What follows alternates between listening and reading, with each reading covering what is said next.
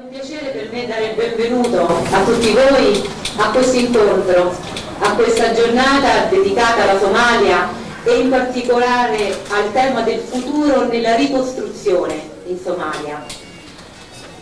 E la scelta del termine ricostruzione non è casuale, chiaramente, perché costruire, come sappiamo, costruire vuol dire creare qualcosa di nuovo, ma ricostruire vuol dire che in quest'opera di creazione è fondamentale guardare al passato, a quanto è stato fatto prima e quanto questo sia fondamentale per costruire il futuro.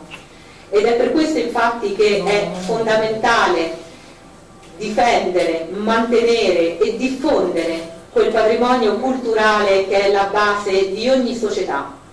Ed è quello uno degli obiettivi fondamentali del Centro Studi Somali, quello appunto di mantenere, difendere e diffondere la cultura e il patrimonio, appunto, il patrimonio culturale della Somalia.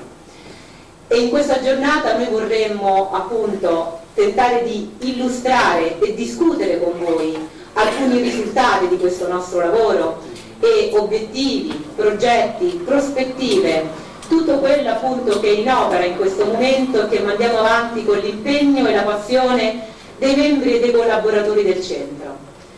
Vedremo quindi insieme uno dei risultati importanti che è appunto il dizionario somalo monolingue, il grande dizionario somalo monolingue pubblicato l'estate scorsa da Roma 3 Press e già presentato al Ministero degli Esteri a luglio scorso in occasione del gruppo di contatto internazionale per la Somalia.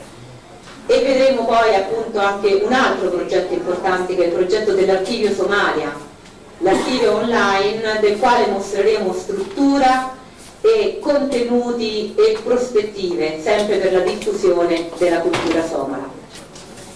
Si tratta quindi di temi molto importanti sui quali ci soffermeremo e per questo è mio interesse a questo momento ringraziarvi ancora e ringraziare in modo particolare il Ministro Fabio Cassese, Vice Direttore Generale per la Cooperazione e lo Sviluppo del Ministero degli Esteri, che è qui con noi, e il Professore Emanuele Conte, Delegato del Rettore del Sistema Bibliotecario d'Ateneo e responsabile di Roma 3 Press, appunto la casa editrice con la quale abbiamo pubblicato il nostro dizionario somalo. E quindi a questo punto lascio la parola e per primo parlerà il Ministro Fabio Cassese, che ci appunto illustrerà alcune prospettive di questo lavoro. Grazie. Grazie mille professoressa e ringrazio tutti per l'invito, per l'organizzazione di questo convegno, seminario, in un momento particolare per noi e per la Somalia, che appunto offre lo spunto per poter inserire questo discorso sull'attività di cooperazione in ambito culturale, con un discorso anche più ampio su quello che possiamo fare per il sostegno alla Somalia in questa fase di cambiamento che sta avendo.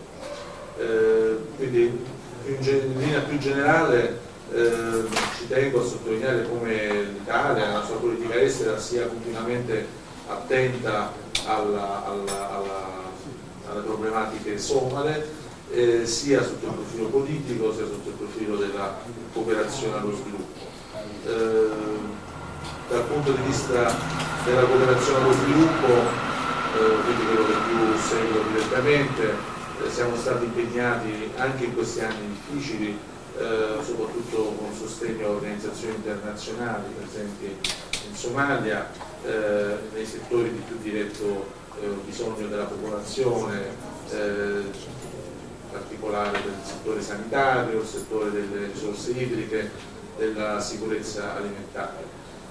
Poi negli ultimi tempi, soprattutto dopo la scarestia dell'estate del 2011, ci siamo concentrati molto anche sulla lotta contro la malnutrizione infantile e tutti i servizi connessi anche sanitari per far fronte all'emergenza alimentare.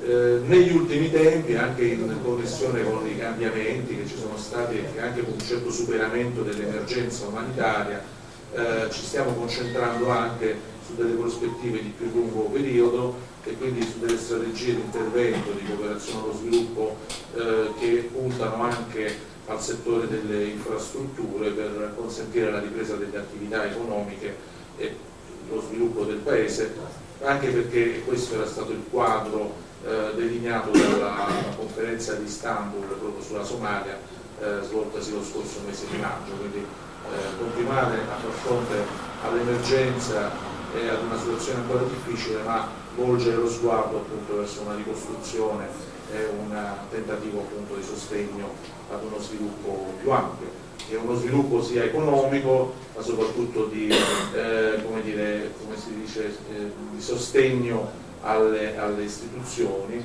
e quindi di ampia portata, nel senso sia del sostegno alla crescita e alla formazione delle istituzioni, molto anche nel settore giuridico c'è una tradizione di cooperazione italiana, ad esempio ci potrebbe essere nell'ambito dello sviluppo dei codici e delle nuove legislazioni, diciamo, e poi anche in quello che riguarda la formazione della sicurezza, per le forze, diciamo, di polizia ed altro. Però noi come cooperazione allo sviluppo ci rivolgiamo a questi settori di base.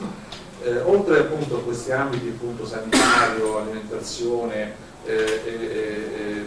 settore idrico dell'agricoltura, noi abbiamo sempre prestato molta attenzione al sostegno alle autorità somale nel rafforzamento dell'identità nazionale e nel recupero delle tradizioni culturali, e in questo filone si inserisce la storica collaborazione con le università per fondamentalmente nell'ambito del progetto Archivio Somalia, che credo appunto avesse lo scopo principale di raccogliere e salvaguardare documenti di valore sia letterario che culturale, anche attraverso la collaborazione della diaspora somala in Italia o altrove in Europa.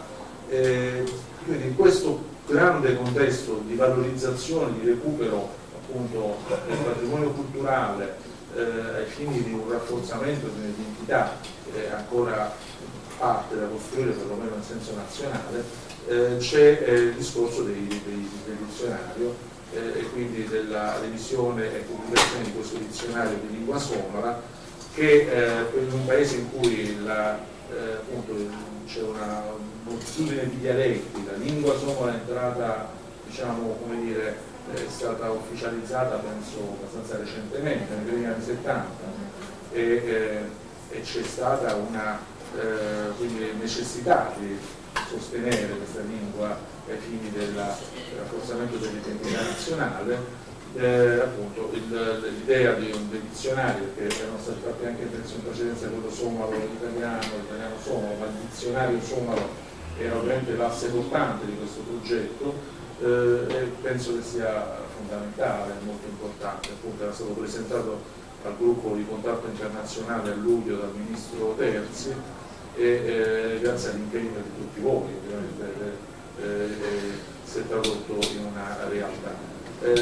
Come dicevo, penso che abbia sia una valenza scientifica, accademica, cioè di ricerca e di consolidamento della lingua nella sua struttura di base, quindi un discorso molto tecnico, comunque di tipo appunto praticamente accademico, diciamo così, cioè comunque di linguistico, diciamo.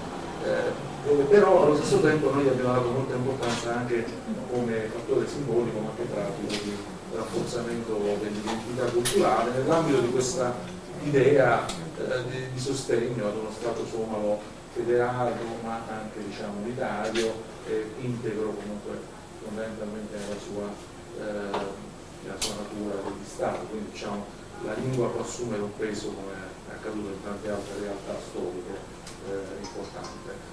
Quindi d'altra parte dal punto di vista politico noi il 23 ottobre scorso abbiamo avuto la visita del ministro Terzi a Mogadiscio, è stata una visita molto importante, è stata la prima dopo tanti anni di un ministro degli esteri in terra somala, ed è stata il vero punto di partenza di una ricostruzione anche di legame e di cooperazione molto più dinamica, quindi aprendo molte speranze, molte prospettive. E anche noi come cooperazione ovviamente abbiamo avuto un impatto, nel senso che la visita del Ministro, l'incontro col Presidente della Repubblica Mohamud e con tutto il resto delle autorità somale ha dato luogo a una serie di idee, di iniziative per rafforzare appunto la cooperazione nel Mediterraneo, e quindi riteniamo che nell'area importanza di sostenere i bisogni fondamentali, quindi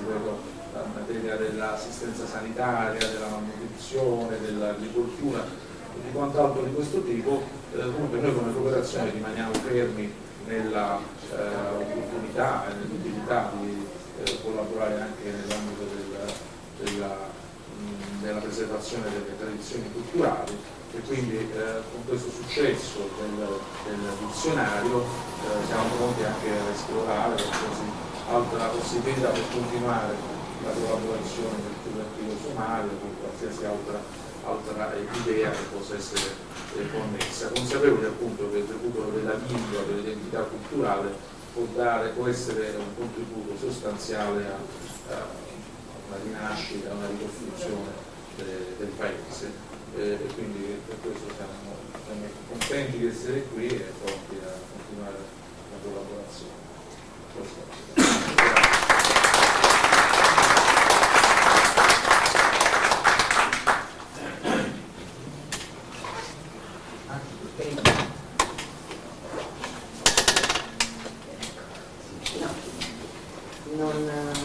Evidentemente non si accende.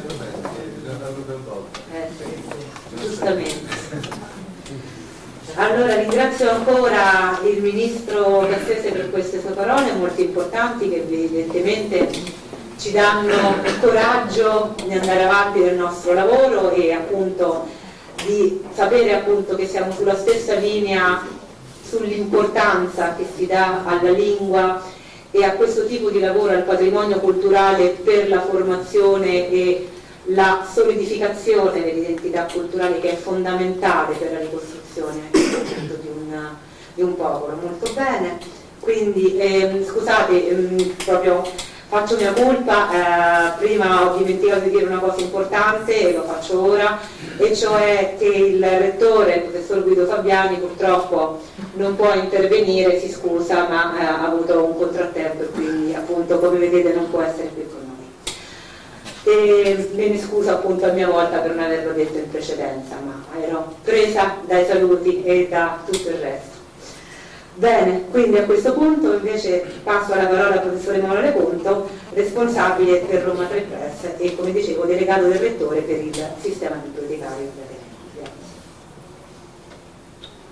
Grazie molte, sono molto lieto di essere qui e forse devo dare a giustificare un po' la presenza di qualcuno che si occupa di biblioteche in un incontro che è di linguisti, e di storici e di persone che si occupano di cooperazione e che non si occupano di biblioteche.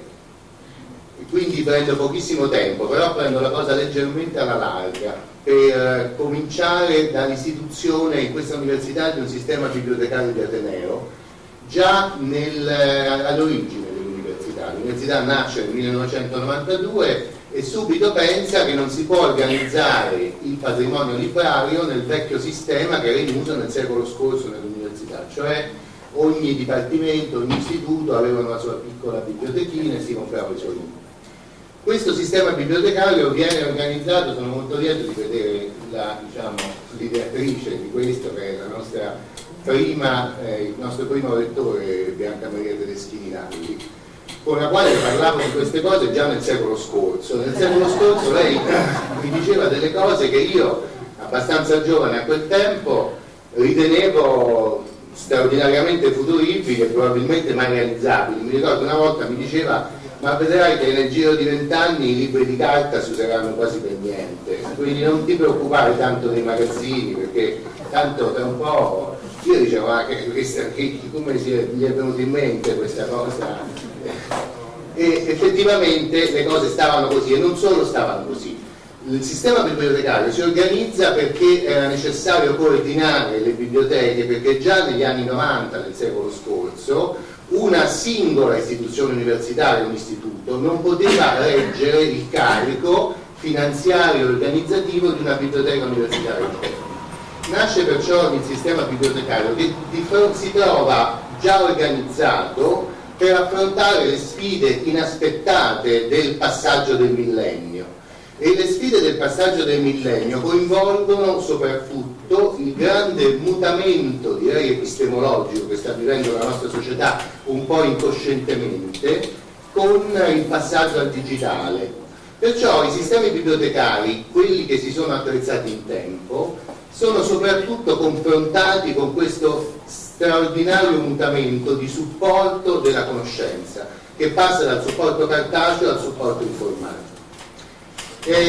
Roma 3 ha avuto la fortuna di avere un sistema bibliotecario organizzato in modo lungimirante e anche dei bibliotecari che si sono formati e che sono già venuti alcuni da altre università al momento della creazione dell'università, poi si sono arricchiti con altre unità di personale che sono straordinariamente pronti al mutamento. Uno ha l'immagine del bibliotecario che è uno che sta in un tavolino, sfoglia i suoi libri, compila le sue schede e non pensa mai che il mondo possa cambiare.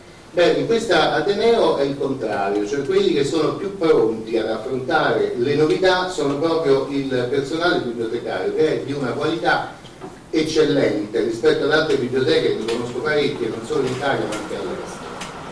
Allora questa fortunata coincidenza ha fatto sì che questo sistema bibliotecario sia diventato qualcosa di più che semplicemente l'organo che si occupa della gestione del patrimonio librario, degli abbonamenti, della comunicazione dei testi, eccetera. Cioè è diventato un centro fondamentale di divulgazione dei risultati della ricerca, di divulgazione della cultura. E lo diventa perché si occupa ovviamente degli abbonamenti, ma soprattutto si occupa dell'archivio aperto, cioè dell'archivio che raccoglie i risultati della ricerca e li mette gratuitamente a disposizione della comunità accademica internazionale. Questo archivio aperto nasce per motivi che non voglio dilungarmi a raccontare, che hanno a che fare soprattutto con una reazione del mondo accademico alla concentrazione editoriale di alcune testate nelle mani di pochi editori che lucrano quantità di denaro abbastanza cospicue sulla ricerca scientifica. Allora le università si sono attrezzate per costituire archivi aperti. Ecco, Roma 3 era già pronta per farlo, perché aveva un sistema bibliotecario già pronto, attivo, dinamico, capace di rispondere a queste sollecitazioni. Allora, l'archivio aperto è un sistema informatico che mette testi a disposizione degli studiosi gratuitamente. Su questa base è nata l'idea della e-press, cioè delle edizioni universitarie che non siano pubblicazione cartacea di volumi, che si dimentichino l'idea di poter lucrare del denaro dalla commercializzazione dei risultati della ricerca, che è un'idea che circola sempre per i professori, ma è chiaramente un'idea utopistica, impossibile, ma che invece metta in atto lo scopo reale della ricerca scientifica, cioè la comunicazione globale, immediata e gratuita dei risultati della ricerca a tutta la comunità scientifica. Allora la e-press è una cosa molto semplice, io spero che si possa vedere la pagina web, è un'idea molto semplice.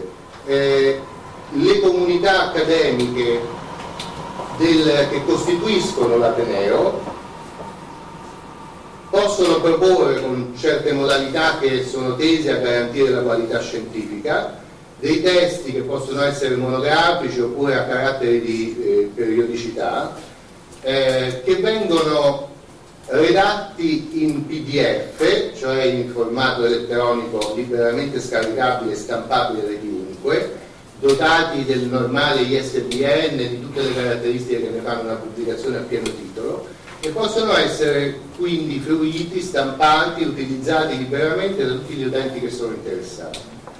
Di questi prodotti si può fare una versione cartacea, credo che lì abbiamo qualche esempio del dizionario, semplicemente sostenendo i costi vivi di stampa che si corrispondono ad una cooperativa che fa il cosiddetto print on demand.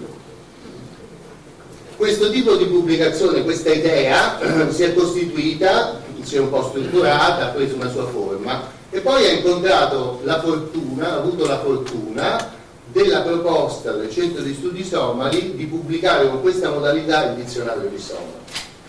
La considero un'enorme fortuna per noi, perché questa pubblicazione esattamente incarna gli obiettivi che ci siamo dati nel momento in cui abbiamo creato la University Press. Proprio perché un dizionario di somalo prodotto per gli scopi, le finalità che il ministro Cassese ci ha appena descritto, deve essere disponibile il più ampiamente possibile e possibilmente gratuitamente proprio in quelle regioni del mondo dove più difficile sarebbe acquistare un dizionario cartaceo, magari stampato in un paese dove la stampa è costosa e quindi il cui prezzo sarebbe davvero difficilmente affrontabile da parte di molti somali. Ora, credo che proprio in questo caso la diffusione per via elettronica dei risultati della ricerca incontri esattamente lo scopo per cui nasce e spero che questa modalità di diffusione possa diffondersi sempre di più per prodotti diciamo che risultano dalla ricerca di Roma 3 o che anche Roma 3 raccoglie dall'esterno, per diffondere i risultati della ricerca in tutte quelle regioni del mondo dove c'è tanta cultura ma spesso poco denaro per acquistare i libri. Ecco, perciò ritengo che questa prima uscita della nostra University Press sia l'uscita che ne testimonia lo spirito nel modo più chiaro, più evidente, e sono sicuro che da questo nasceranno tante altre iniziative che la Ripresa sarà lietissima di accogliere. Ringrazio molto per l'attenzione.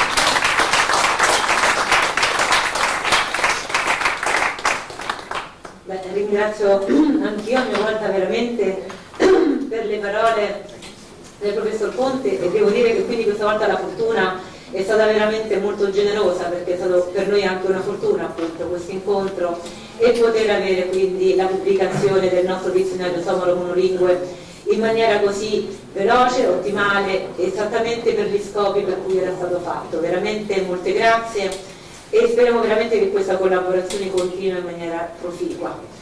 Noi abbiamo intenzione di andare avanti, quindi su questo non c'è veramente dubbio. Benissimo, a questo punto penso che possiamo continuare quindi con la tavola rotonda che è dedicata alla discussione di questo dizionario somalo monolingue, per il quale invito qui alla tavola il professor Tullio De Mauro, professore emerito dell'Università di Roma La Sapienza, che appunto è venuto, il professor Abdirashid Mohamed Ismail, direttore del Centro di Formazione Continua dell'Università di Djibouti, e il dottor Jama Musejama, presidente della Red Sea Online Cultural Foundation.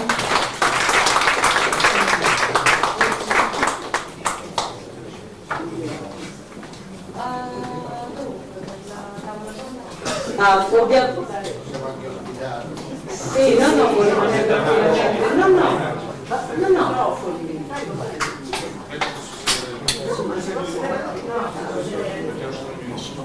la discussione avverrà ovviamente alla presenza dei curatori e quindi la professoressa Annalita Puglielli, presidente del Centro di Studi Somali, e il professor Abdallah Omar Mansour, nostro insostituibile collaboratore.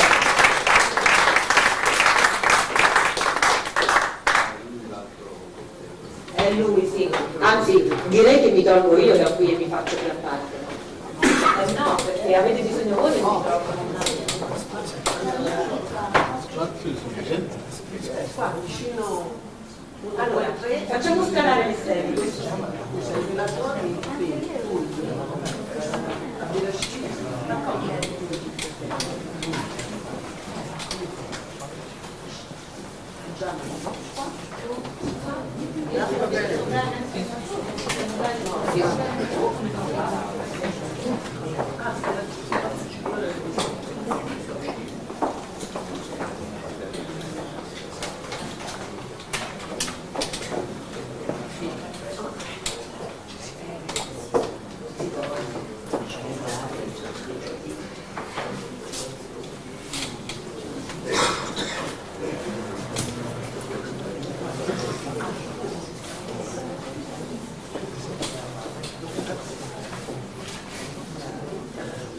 abbiamo trovato un posto, quindi penso possiamo iniziare e cedo la parola al professor Tullio De Mauro che inizierà la tavola rotonda.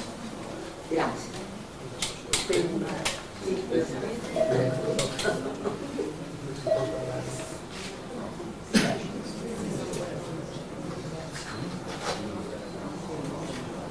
Vi ringrazio molto dell'occasione che mi dà di essere qui, di aver ascoltato queste cose così interessanti sulla Tripress e anche avevo già molto apprezzato la possibilità di accesso libero al dizionario, insomma. Grato soprattutto a Marita, a Mara, all'organizzazione e a chi ha lavorato da tanti anni e per tanti anni al dizionario, grato per la fiducia che mi accordano nel ritenere che io possa dire qualcosa di sensato sul dizionario di una lingua che ahimè non conosco e che quindi ha un alto grado di impenetrabilità, ma anche senza conoscere le lingue cuscitiche e il somalo in particolare, uno dei pregio notevole del dizionario che qui stasera mi ha presentato, di misure di Marita Tuglielli, uno dei pregi è obbedire a una metrica molto rigorosa, una metrica lessicografica molto rigorosa, su cui forse qualche parola può spenderla anche chi non conosce la lingua di cui il dizionario tratta. Ci sono varie cose importanti e interessanti nell'essere stesso, per dire così, del dizionario. Intanto qualche numero è interessante. I dizionari anteriori arrivavano a registrare 15.000 lemmi, mi pare che questo era il tetto massimo a cui si era arrivati. Qui abbiamo invece 30.000 lemmi, cioè un raddoppio della quantità di parole che vengono registrate e illustrate. Questo salto in avanti è piuttosto interessante e importante per le utilizzazioni che il dizionario può e deve avere. Noi ci auguriamo che il complessivo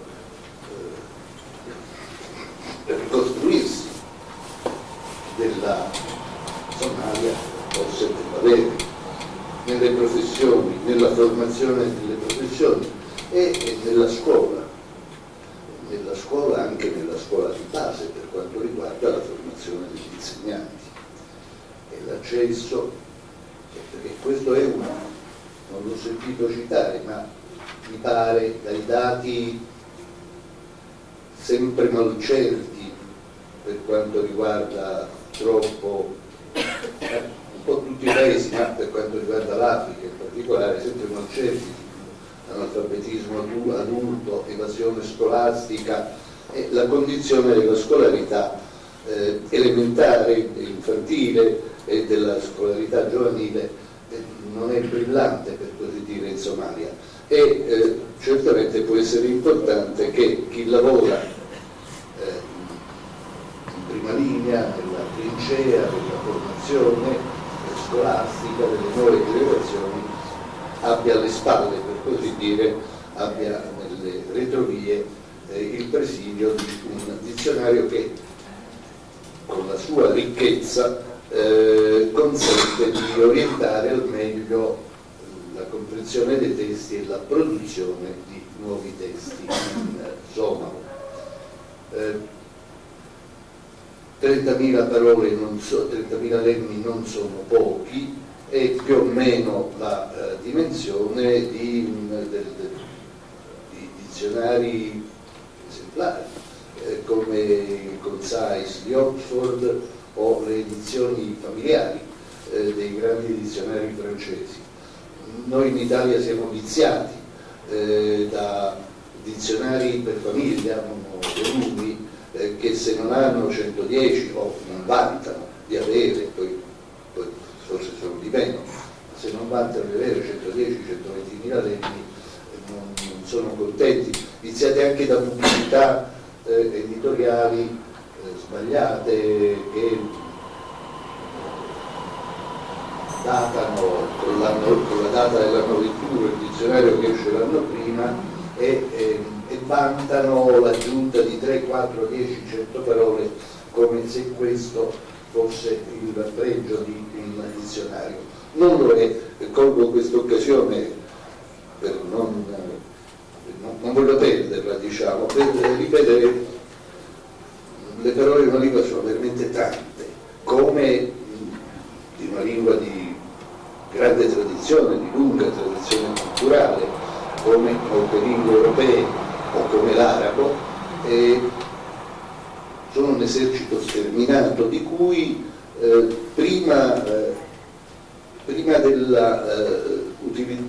della utilizzabilità anche lessicografica della strumentazione informatica non ci rendevamo conto, pensavamo che si aggirassero le parole di una lingua presenti nei testi di una lingua su 300-400.000, oggi sappiamo che sono milioni le parole che appaiono, che sono usate ripetutamente, non occasionalmente, non per sbaglio in una lingua. I grandi dizionari delle lingue europee con alcune centinaia di migliaia di parole sono piccola cosa rispetto al numero effettivo delle parole. 30.000 parole sono poche? No, sono le parole veramente di uso quotidiano e di una quotidianità che è anche professionalità, è anche studio, riflessione, cultura, sono il nucleo essenziale di più alta frequenza, anche se non abbiamo ancora a mia conoscenza studi sulla frequenza, dizionari di frequenza del sonno, che forse vale la pena costruire per integrare il lavoro già fatto. Voglio dire, 30.000 parole sono la dimensione di un buon dizionario, non all'italiana ma alla francese o all'inglese. Questo è un primo dato che mi pareva interessante sottolineare. Il secondo dato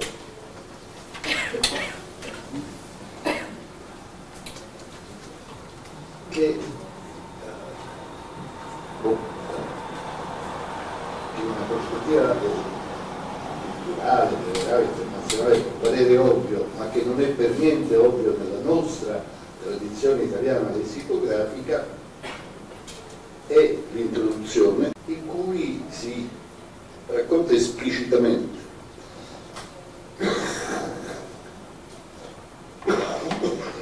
si risponde esplicitamente alla domanda a cui i dizionari italiani normalmente non vogliono, a parte il Tommaseo, no, ma totale, sono due per ottimisti, non vogliono mai rispondere.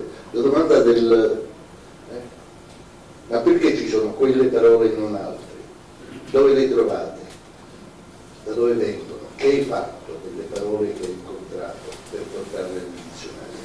Questo non si dice mai. La domanda che fa il popolano, vi ricordate, nella scoperta dell'America al narratore: ma ste pregnacce tu come le sai? E il lessicografo italiano si ammanta, diciamo, si sente come il Papa quando parla ex cattedra, intendiamoci, non il Papa quando parla normalmente, che sa di essere fallibile, ma quando ha un filo diretto con lo Spirito Santo è infallibile. Ecco, lui e poi gli autori di dizionari. E invece nel contesto internazionale, anche nella nostra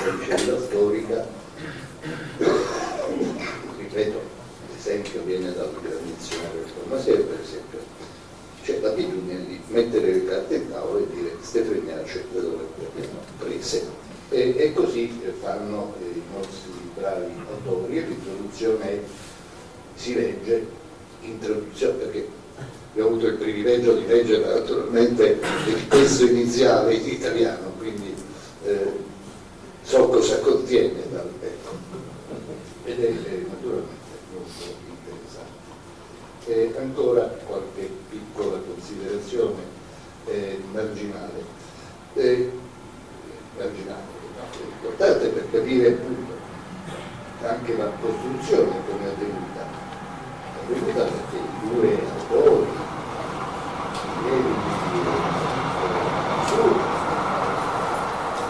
hanno messo in piedi un gruppo folto di redattori e di fonti nello stesso tempo, nativi, che hanno offerto la loro collaborazione e preso parte attraverso un lavoro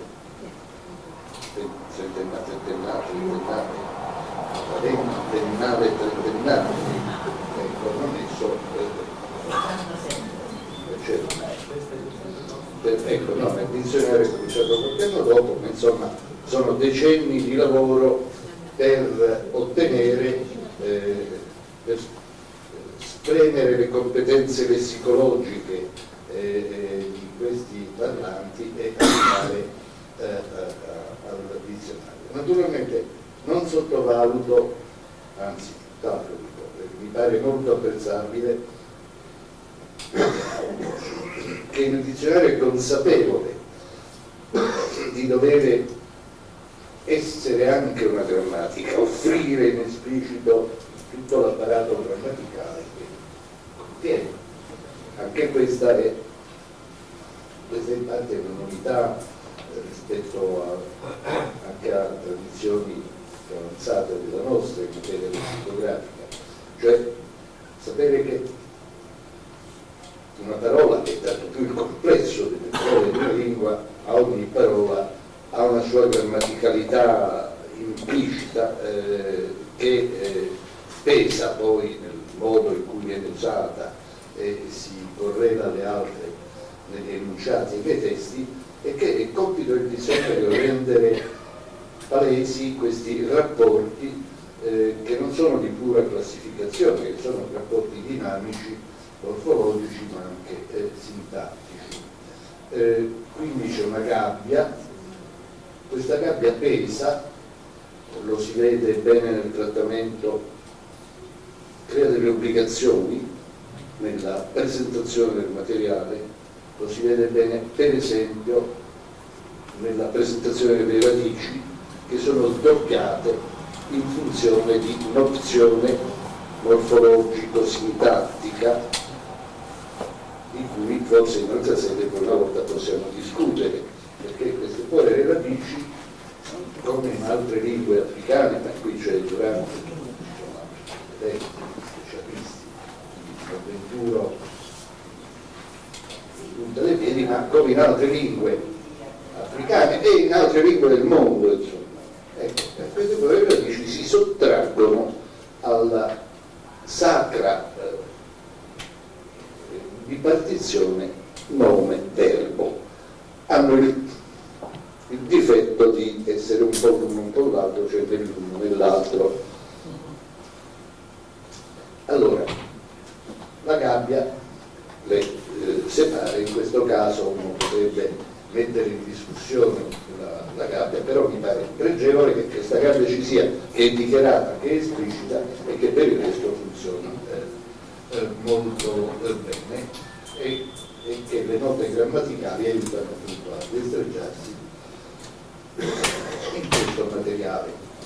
In una fase in cui si tratta di consolidare l'identità linguistica somala, questo apparato di esplicitezza lessicale, di note grammaticali, di esplicitezza di criteri, penso che possa avere una funzione altamente positiva.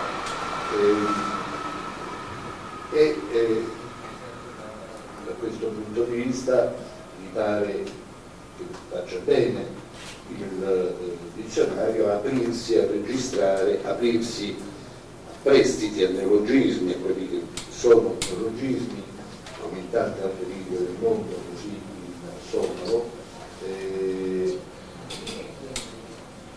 Non mi fate pronunciare la variante somala di elettrocardiogramma perché la storpierei, ma appunto è debitamente registrato così come è registrato.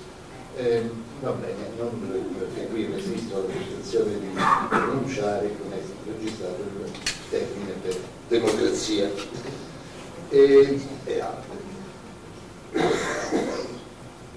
Dunque il dizionario aiuta chi lo userà a orientarsi nella ricerca di uno standard che si abbia uno standard identitario somalo e questo restare abbastanza straordinario, abbastanza bello.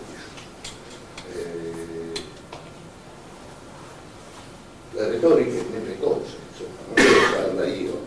Mi pare piuttosto bello che il paese colonizzatore, come tutti i paesi colonizzatori, ha qualche vergogna del passato, più o meno nascosta, più o meno esplicita, abbia lavorato per produrre questo strumento che viene offerto alla Somalia perché cresca e ricostruisca al meglio la sua vita. E anche mi pare molto bello che questa università un po' disastrata, che noi più meno giovani, diciamo, come Bianca Maria Tedeschini, io e anche la vita, lasciamo i più giovani, insomma, con un po' di pena per le sorti di questa università. Bene, questa università in queste condizioni non agevoli in cui è stata messa, riesce a produrre, a realizzare anche dal punto di vista industriale e commerciale un'opera così complessa. Qualche cosa di più di un segnale di speranza. Significa che lavorando con la tenacia con cui Anna Rita e il gruppo di Anna Rita ha lavorato, qualche cosa di altamente positivo e anche innovativo si riesce a ottenere. Quindi, che dire, io sono proprio contento di essere qui per dire queste cose e salutarvi affettuosamente.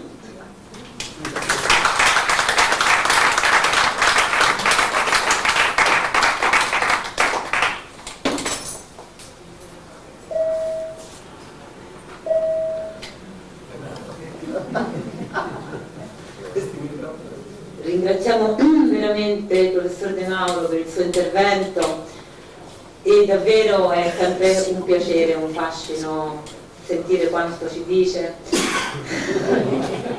e davvero è semplicemente un peccato che lui debba smettere a un certo punto. Ringraziamo anche per l'apprezzamento dimostrato per il lavoro e veramente sulle note che ci vuole fare in seguito sulla distinzione nome-verbo veramente saremo contenti di discuterne in seguito perché sono veramente cose molto importanti e molto interessanti di discutere. Ora invece passo la parola al professor Abdirashid Mohamed Ismail, direttore del Centro Formazione Continua dell'Università di Gipuri. Molte grazie. Thank you.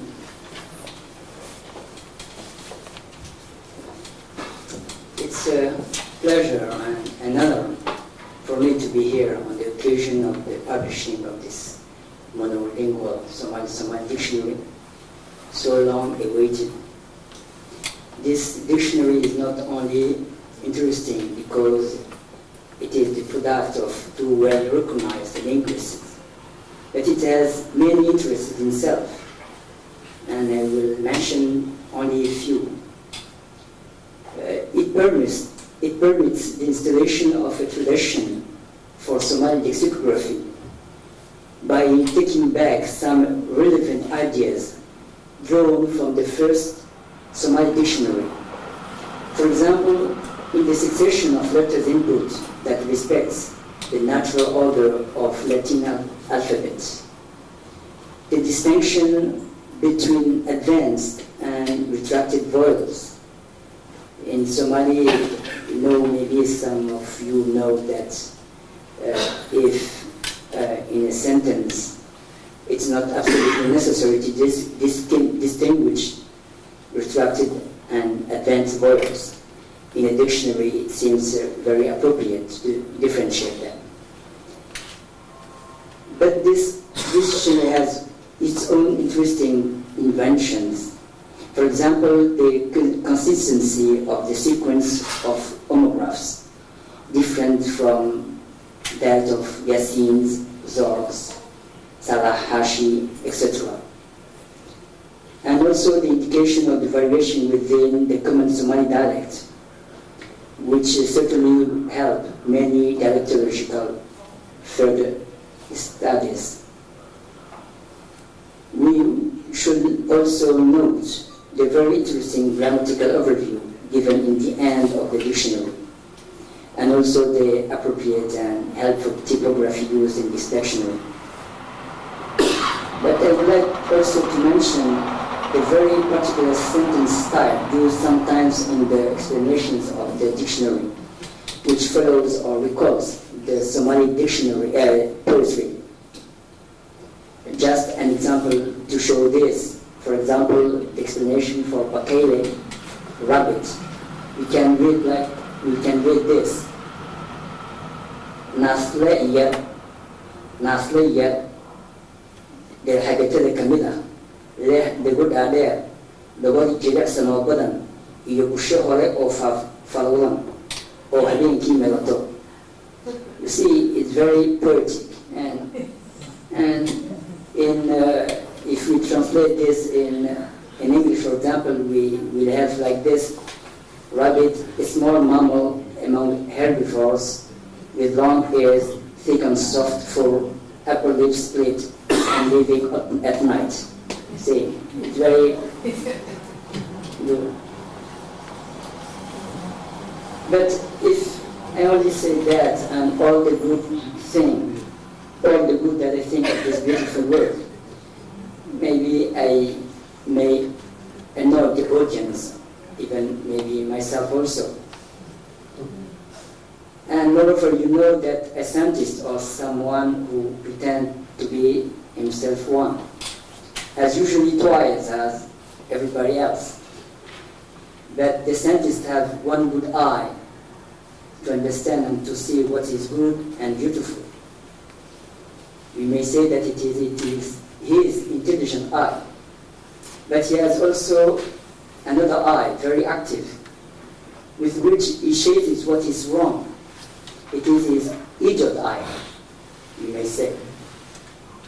If in 1,000 things to see there is only one thing wrong, it is the scientist who discovers it, and more precisely his idiot eye. So,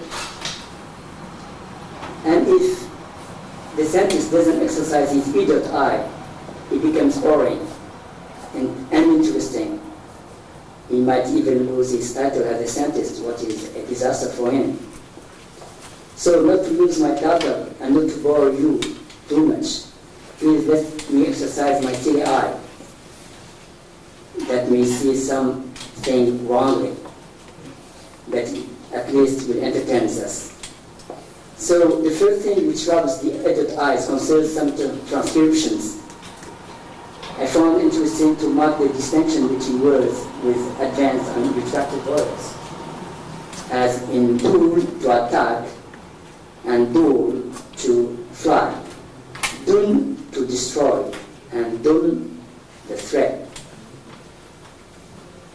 And the authors marks also correctly deed or deedsen, deed to refuse, but not deen, turtle, or deen, religion, opposed to their skin, which is not as advanced, as well as their war. And there is a series of words that are not marked advanced, like de, du fen, du mal, du machi, du si, du roi, and so many others, which are marked as advanced.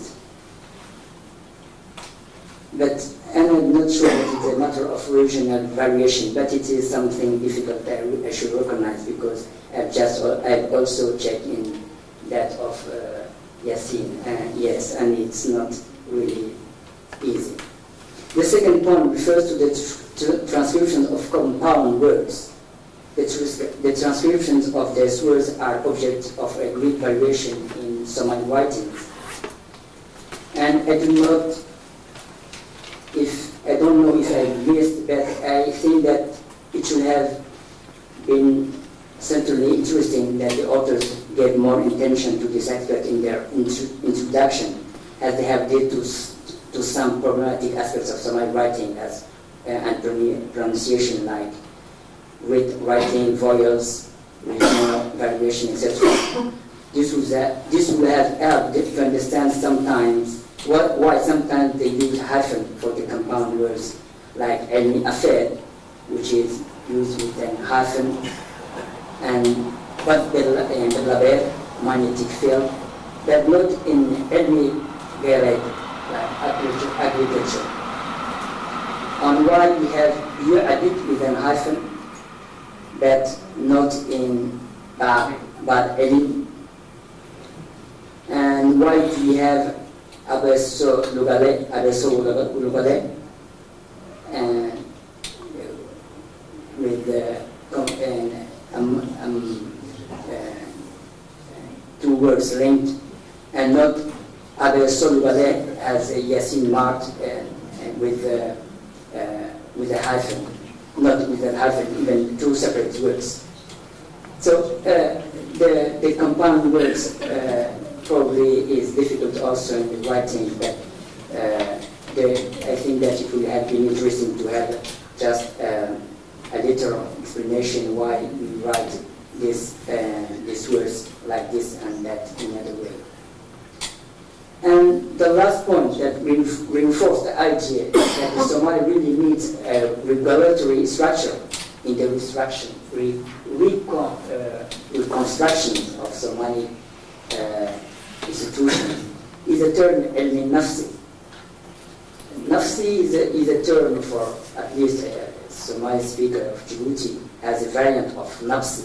Nafsi is, we can translate it like karma in Hindu term, nafsi. I looked for this in this word in Yassin, Salah, Zorg, but I didn't find these words alone. And I searched this in Zorg. I searched the word psychology and found exactly the same word, elimination, that linked words. And probably this used as a technical term. But the term used usually in Somali language for mind or mental is man and aqli. And when we talk about psychological problems, you use the technical term mandor, mandur. But indeed, the term is psyche, psyche, I don't know is psyche in English or psyche, from which psychology is derived, may correspond to the word borrowed from Arabic language naf. So to indicate the activity or the study of the naf, we should have expected elmi nafed, composed in the same form as elmi afed, exactly in the same form. So I think that is the problem of probably the standardization of this language, and I think that it is a problem common to all the person who like to write in this language, which is only written since the last 40 years. Having said that, the main thing is the real importance of this dictionary. Knowing that a dictionary in the modern sense of the term is not a work of improvisations, but a passion work that stems from a sound knowledge of the grammatical structure of the concerned language, as well as the art of lexicography. We can say that this dictionary is unique in Somali domain. This is to tell you how this dictionary was expected and the value it represents in the study of Somali and its final position.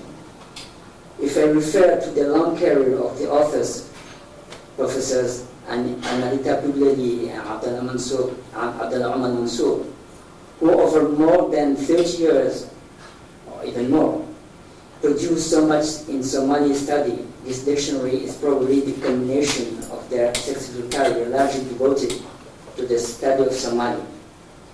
As such, it is not only as a young linguist that I am grateful to Anarita Pugleli and Abdallah Omar Mansour for having made available to the scientific community this book, which will most certainly become a reference among African linguistics. But also as a speaker of this language, I am even more grateful to these authors for giving to the Somali language a dictionary designed according to the art and modern lexicography method. When we know more in the conditions, in what condition this dictionary has been completed, we can only show a very great admiration for such work. It is in this recognition of this work that we have invited the authors in Djibouti for the next month to take advantage of their solid experience in Somali study in general and in Somali lexicography particularly. Thank you for your attention.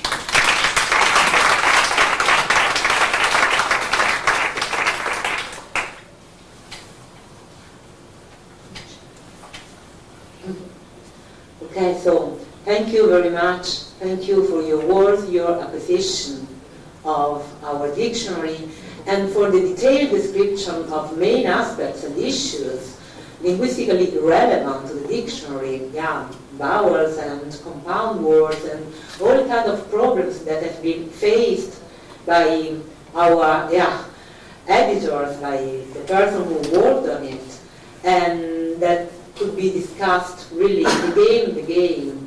But we really appreciate that you were that you could find that the decisions that have been taken were on the right track. This is very important, that it is a very, very important result and product for the Somali people. Thank you very much.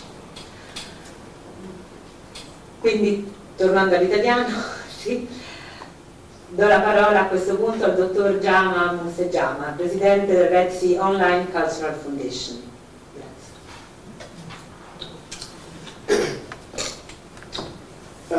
I will start where Abdel left, just to thank him and his all the way from Djibouti. But from now I'm switching to italiano.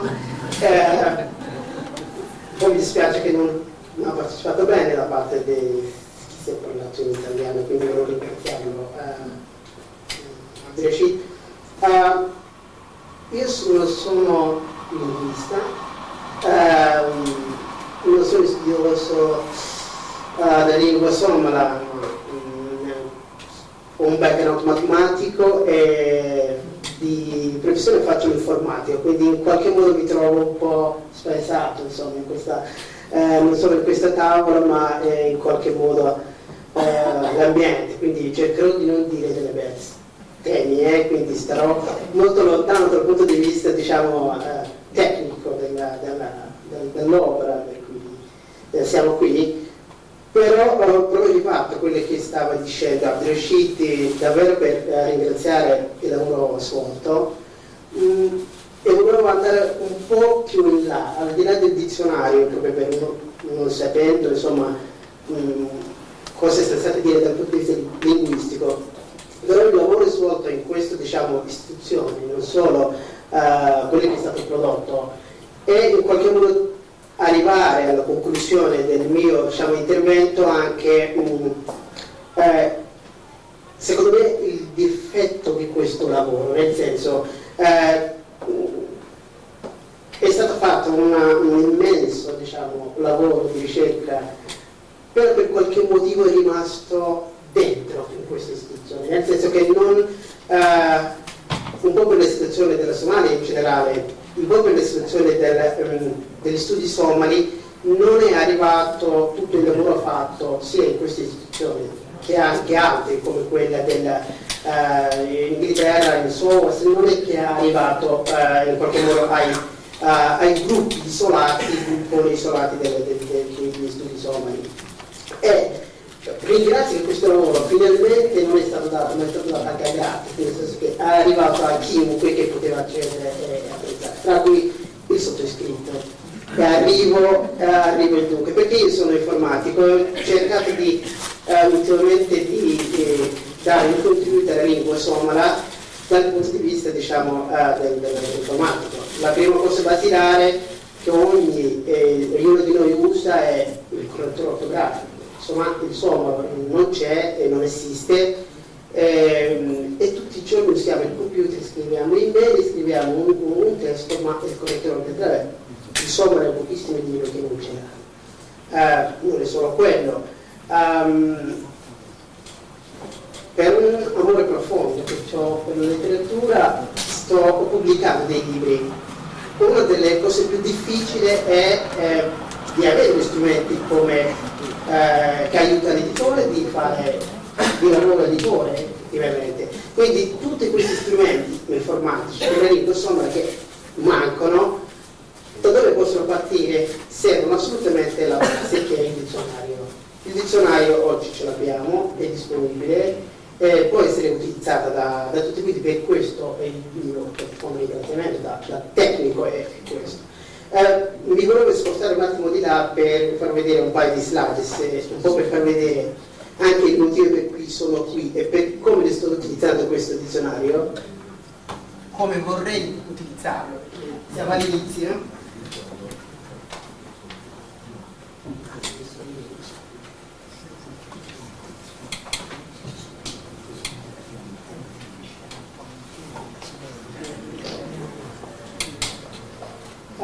Gli slide sono scritti in inglese un po' per chi vuole seguire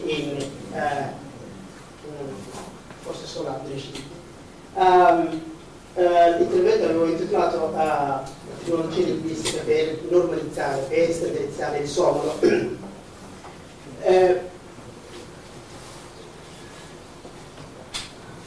La fondazione qui faccio presidente è siamo a Pisa e a Pisa. Sostanzialmente l'obiettivo principale è quello di diffondere. Si è sempre detto che la società somala è una società orale, in qualche modo la cultura orale. Stiamo facendo una fase in qualche modo transitoria, quindi l'obiettivo è quello di diffondere la cultura scritta, soprattutto per i giovani.